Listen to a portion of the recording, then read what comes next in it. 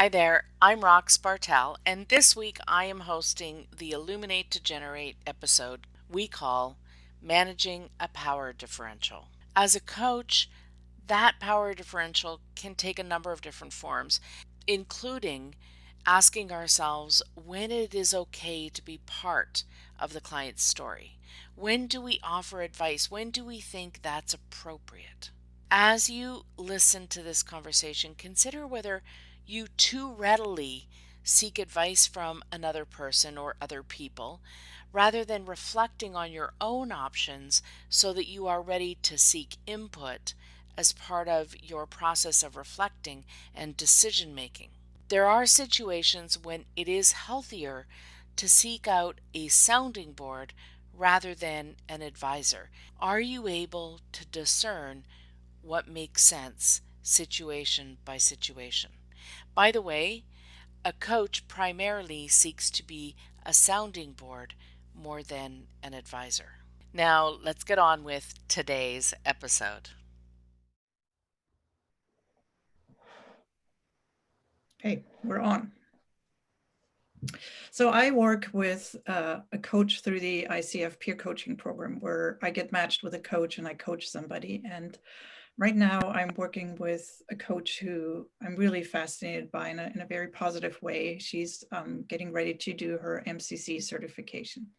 And what I love about this particular setup is that she coaches me. And then we spend 15, 20 minutes where she asks me questions and I give her feedback on that coaching session. And the topic that came up this week that I was curious to share with you is when we sometimes feel like we're in conversation with a client and we feel that there is some power play or there's some slippage in, you know, where I, as the coach, might feel like, oh, I know more than that person, so I go up, or the client makes me feel that they have more power and I need to be aware of that. So it's somewhere like, when that balance gets out of whack.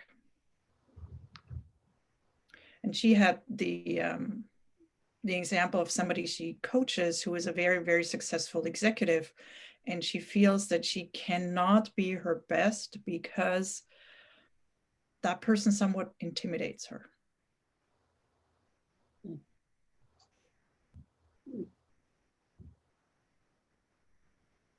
So, did she offer, or was there a response or an approach that the two of you landed on how to deal with it? I'll tell you why I'm really curious, because it seems to me if a coach is feeling that way, it isn't the client's responsibility to even be aware of it. I would think that that would be something, if I experienced that I would go to my mentor coach and say, hey, listen, I don't know why I had this experience. Maybe you can help me better understand it. Because I think that's what another coach is for. So if my mentor coach knows my journey, which she does, knows my journey as a professional, then she probably already would have an insight or an awareness of my relationship with clients. And so would be able to, I don't know if I want to say challenge me, but would be able to hold space for me to really reflect on where my feelings of inadequacy popped up from. Because it may have nothing to do with that client.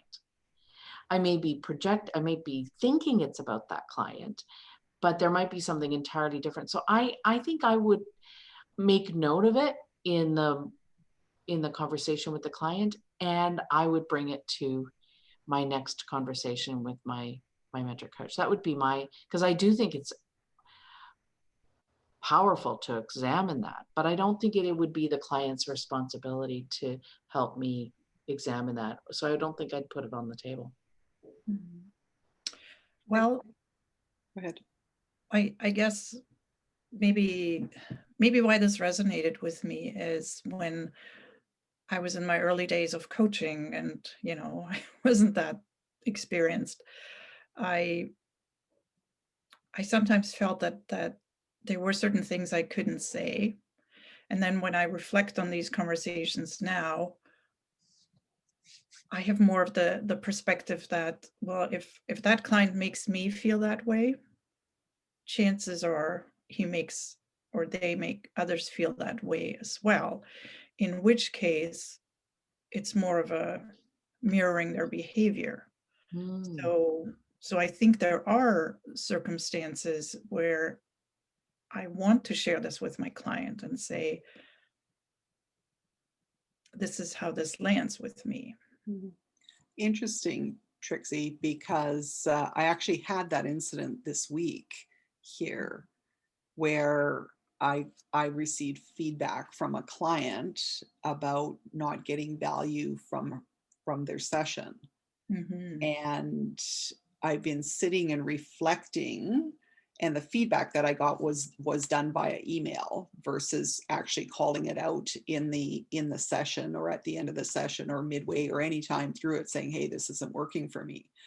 And I've been reflecting on it, and where I landed this morning was that I think there's like that there's this, like the saying goes, there's it takes two to tango. I think there's two components here, because as I was reflecting on, they provided me with their feedback from their most recent performance review and also from a couple assessment tools, and there's some common threads there around accountability and willingness to have conversations, especially these more challenging conversations, and to own up for their portion of it.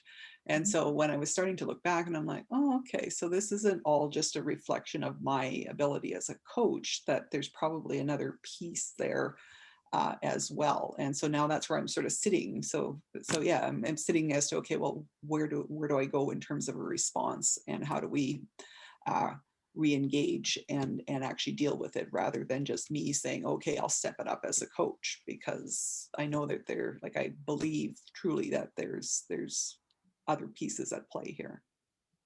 Yeah. Yeah. I think that's actually fascinating because you actually have another stepping stone in which to bring up and work with that client on how they might be contributing to that dynamic, and how they are now putting it on you.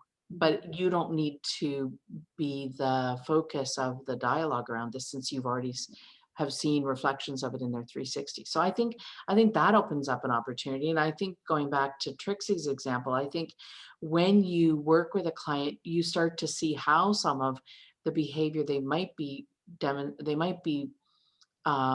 demonstrating with you is coming up in other things. And I still think that it's more helpful if you stay out of the framing of it. If you can find other avenues where they can work on it, so you stay in more of a neutral Mhm. place. But I think that there's opportunities, just as you described there, to still see how the client can work on how they create dynamics with others. Mhm. I agree with Self-awareness you is about one that. of the, oh, sorry, Carol, go Well, ahead. I was just going to say, I agree, Rox, about pulling my opportunity and my growing edge out and doing that with my mentor coach. Yeah. And yeah, focusing on, okay, well, that's, yeah, I acknowledge there's a piece there for me, and I'm taking that away to work on it. This is your coaching session, so let's focus on the piece to support you in your growth. Yeah. Go ahead, Shannon. Yeah. What's coming to mind for me was self-awareness. Mhm. You know, we talk a lot about that, and I've reflected a lot on self-awareness, or really because it's once we really know ourselves, or as our helping our clients to really know themselves, if that's the right word, but that's the foundation for where learning starts, or growth, because when we really know how we are showing up, and when we think about our those key competencies as coaches, what level of direct communication could really be beneficial in this situation, and how that really might help bolster self-awareness. Mhm. That's what was just kind of coming to me, is how can we bring self-awareness back into the picture? Well, and related to that power differential, and I'm bringing this back now in terms of leadership and organizations, because with each level in an organization, there's a natural power differential right away.